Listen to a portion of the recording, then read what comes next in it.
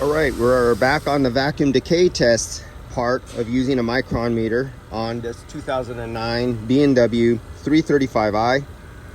And as you see here, from when I shut it off to now, which we're going into 9 minutes, I believe, right? Oh, where were we at? We were, god dang it, we're at about the 3 minute mark. You have to look back at the last video. I have problems scrolling back. But somewhere about the 3 minute mark, we're at going into the 10 minute mark right now. And you can see it's almost flatline. It's coming to a plateau and it's starting to level off. So this probably will level off if I let it go another 15-20 minutes. It'll probably level off somewhere about 350 microns, indicating there's a little bit of moisture still in the system. But the hour is over. It is time to charge this system. It's already been on a vacuum pump long enough, and what was done is done when they are a little bit exposed to the atmosphere. It's really difficult. You cannot eliminate all the moisture. Once moisture gets in there a little bit, it's difficult to lower it. I didn't say remove it, lower it.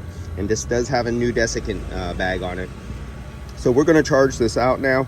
You can see how flatline that is, even though it's slightly going up, and it'll stop and level off. There's no leak. It's just moisture content. You don't use vacuum looking for leaks unless it happens to be a big one and it's really obvious. Okay, so now we're gonna charge it up. So it's on the scale. This scale is the NAVAC scale. It's accurate within 5 grams. I have it zeroed out. We're gonna make sure the Bluetooth is connecting and working. It is. We make sure it zeroes out. Do we need to zero it out? No, we don't. So we're gonna put refrigerant into the system, and we don't need it going down the low side. So we are turning off the low side. The low side is off. The vacuum is already off. We're already hooked up to the refrigerant going to the tank. We're already zeroed out, and we have the high side, liquid side open, and we are feeding liquid into the tank.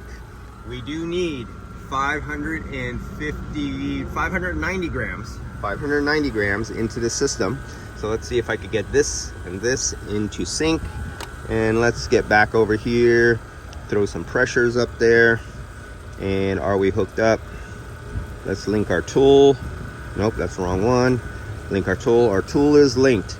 We have 0 refrigerant in the system. We're still under the micron. So let's crack open the refrigerant gauge and let's measure 590 grams into the system. 1, 2, 3. There we go. So there's 100, 160, 200, 300, 4. Let's start cranking it down and stopping the refrigerant flow. 485, 490. I'm gonna stop right there. Yep. All right, we're done. How many seconds was that? From the time I cranked it to the time I stopped, how many seconds was that? And 590 plus or minus 10, and I went to 600. All right, so let's kill this. And remember, don't let anyone tell you have to start up an engine, crack it, and suck it down the low side. You got these guys on YouTube trying to sell recovery machines and charging, shake your can, little jerk things with their Amazon link, and they say, do not open the high side. Whatever you do, do not. We're gonna do this to the low side and do this and that and whatever. Yeah, if you're in a professional shop, there is never a reason on a good working system that you ever have to start the car and wait and suck in the refrigerant or anything. It will just go in within 60 seconds, 30 seconds, 20 seconds, whatever it takes in. If somebody taught you elsewise and you can't do that, find somebody else to teach you and go seek out the information and learn why you can't do it like that. It's really simple. It's called education. It's called reading. All right, I'll get back to you guys after this gets back up and working, and we'll look at this BMW 335i in a minute. See ya.